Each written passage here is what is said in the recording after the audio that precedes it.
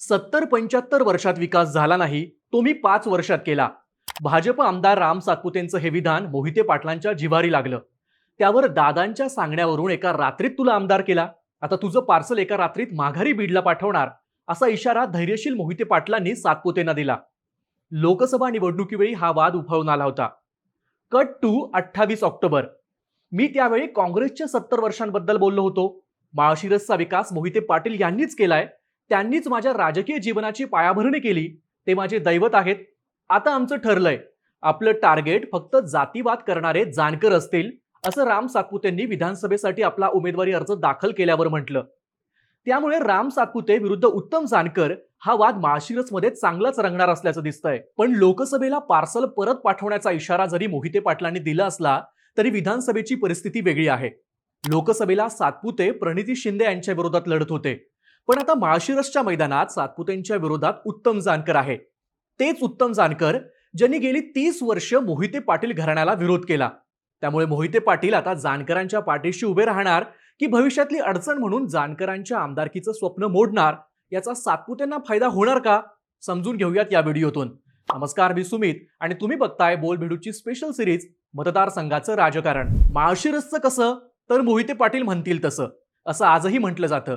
कारण माळशिरस विधानसभेचा विचार केला तर 1980 पासून ते 2004 पर्यंत विजयसिंह मोहिते पाटील सलग 6 टर्म इथून आमदार म्हणून निवडून आले. संस्थेची असो किंवा ग्रामपंचायतीची, तालुक्यातल्या प्रत्येक निवडणुकीवर मोहिते पाटलांचं एक हाती वर्चस्व. पण 2009 ला माळशिरस विधानसभा मतदारसंघ राखीव झाला, त्यामुळे मोहिते पाटील यांना माळशिरसच्या मैदानात उतरता आलं नाही. पण तरीही मोहिते पाटलांनी आपल्या मर्जीतल्या हनुमंत डोळस यांना सलग 2 टर्म निवडून आणलं. थोडक्यात सेनापती बदलला तरी माळशिरसचा गड मात्र मोहिते पाटलांच्याच ताब्यात राहिला. 2019 ला मोहिते पाटील घराणं भाजपवासी झालं आणि भाजपच्या राम सातपुतेंच्या पाठीशी त्यांनी आपली ताकद लावली. त्यामुळे पहिल्यांदाच माळशिरसमध्ये कमळ फुललं. पण मोहिते पाटील घराणं भाजपवासी झाल्यानंतर त्यांच्या राजकीय अस्तित्वाचा प्रश्न निर्माण झाला होता. माढा लोकसभेतून उमेदवारी दिली नाही म्हणून मोहिते पाटील घराण्यानं शरद पवारांच्या राष्ट्रवादीत प्रवेश केला. पण त्याच वेळी गेली 30 वर्ष मोहिते पाटील यांच्या विरोधात राजकारण करणारे उत्तम जानकरही भाजपमधून शरद पवार गटात आले. आता टोकाचा मोहिते पाटील विरोध हाच जानकरांच्या राजकारणाचा बेस राहिलाय. ग्रामपंचायत ते विधानसभा, लोकसभा अशा सगळ्याच पातळीवर जानकरांनी मोहिते पाटलांना विरोध केलाय. 2003 ला विधान परिषदेसाठी जानकरांचा उमेदवारी अर्ज बाद झाला. तो मोहिते पाटील यांनीच बाद करायला लावल्याच्या चर्चा होत्या. त्यामुळे जानकरांचं आमदारकीचं स्वप्न मोहिते पाटील यांच्यामुळेच पूर्ण न झाल्याचं सांगितलं जातं. 2019 ला जानकरांच्या विरोधात मोहिते पाटलांनी राम सातपुतेंना बळ दिलं, पण तेव्हा जानकरांनी आपलं महत्त्व सिद्ध केलं. मोहिते पाटलांची ताकद असताना देखील सातपुतेंना फक्त 2600 मतांचं लीड मिळालं. आता लोकसभेच्या आधी पवारांनी मोहिते पाटील आणि उत्तम जानकर अशी 2 टोकं एक करून माळशिरसची घडी बसवण्याचा प्रयत्न केला. मी खासदार आणि जानकर आमदार असं आम्ही पवारांना शब्द दिल्याचं तेव्हा धैर्यशील मोहिते पाटील यांनी सांगितलं होतं. तर आता आमच्यातला संघर्ष संपला, आम्ही एक आहोत असं जानकरांनी म्हटलं होतं. जानकरांमुळे माढ्यात मोहिते पाटलांना धनगर समाजाची चांगली मदत झाल्याचंही सांगितलं जातं. त्यामुळेच रणजित निंबाळकरांविरोधातला विजय धैर्यशील मोहिते पाटील यांच्यासाठी सोपा झाल्याचं बोललं जातं. आता जानकरांना माळशिरस विधानसभेचं तिकीट मिळाल्यानं त्यांच्या उपकारांची परतफेड करण्याची वेळ आता मोहिते पाटलांवर आली आहे. जानकर प्लस मोहिते पाटील ही ताकद एक झाल्यानं 2019 ला पहिल्यांदाच ताब्यात आलेलं माळशिरस टिकवण्यासाठी भाजपला प्रयत्न करावे लागणार आहेत. माळशिरसची लढाई मोहिते पाटलांच्या प्रतिष्ठेची तर भाजपच्या अस्तित्वाची ठरणार असल्याची राजकीय वर्तुळात चर्चा आहे. माढा लोकसभेचा पराभव भाजपच्या जिवारी लागला आहे. त्यातून काहीही करून माळशिरस कसं राखता येईल यासाठी भाजप वाटाघाटीच्या प्रयत्नात असल्याच्या चर्चा आहेत. तसंच गेल्या 5 वर्षात भाजपनं माळशिरसमध्ये आपले जाळे विणले आहे. त्या नेटवर्कच्या जीवावर भाजप आता मोहिते पाटील आणि जानकरांच्या शक्तीला टक्कर देण्याच्या तयारीत असल्याचं बोललं जातंय. माढ्यात लोकसभेच्या माळशिरस विधानसभेतून विरोधी गटाला 70,000चं लीड मिळाल्यानं सातपुतेंसाठी ती धोक्याची घंटा मानली जाते. फडणवीसांच्या जवळचे असूनही भाजपच्या पहिल्या 2 यादीत राम सातपुतेंचं नाव नव्हतं. पण आता उमेदवारी मिळाल्यानं लोकसभेतल्या सोलापूर आणि माढ्याच्या पराभवाचा भाजप वचपा काढणार का, अशा चर्चा आहेत. मुख्य म्हणजे राम सातपुतेंनी थेट मोहिते पाटलांना विरोध न करता आपलं टार्गेट जानकर असल्याचं म्हटलंय. गेल्या 5 वर्षांपासून सातपुते यांनी मतदारसंघात काम केल्याचं म्हटलं जातं. त्यांनी आपला जनसंपर्क वाढवलाय. रस्ते, आरोग्य, पाणी प्रश्न सोडवण्यासाठी सातपुतेंनी काम केल्याचं म्हटलं जातंय. त्यांना माजी खासदार रणजितसिंह नाईक निंबाळकरांची खंबीर साथ आहे.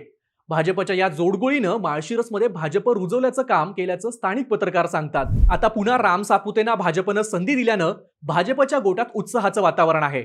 पण लोकसभेनंतर त्यांनी माळशिरसमध्ये येऊन विधानसभेची तयारी करणं अपेक्षित होतं.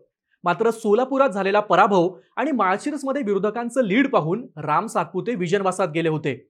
त्यामुळे निवडणुकीच्या तयारीचा वेळ त्यांनी वाया घालवल्याची चर्चा आहे. तर गेल्या वेळी पाठीशी असणारे मोहिते पाटील यंदा विरोधात आहेत. त्यामुळे सातपुतेंना यंदाची निवडणूक खूपच अवघड असल्याचं वातावरण मतदारसंघात आहे. पण भाजपनं त्यावर तोडगा काढण्यासाठी प्रयत्न सुरू केले आहेत. भाजपनं आपल्या मतांची बेरीज करायला सुरुवात केली आहे. इथं भाजपचे पदाधिकारी असले तरी तालुक्याच्या राजकारणात त्यांचा प्रभाव नाहीये. ते पूर्वीपासूनच मोहिते पाटील विरोधक म्हणूनच काम करत आलेत. या मोहिते पाटील विरोधी गटाचं नेतृत्व उत्तम जानकरांनी केलंय.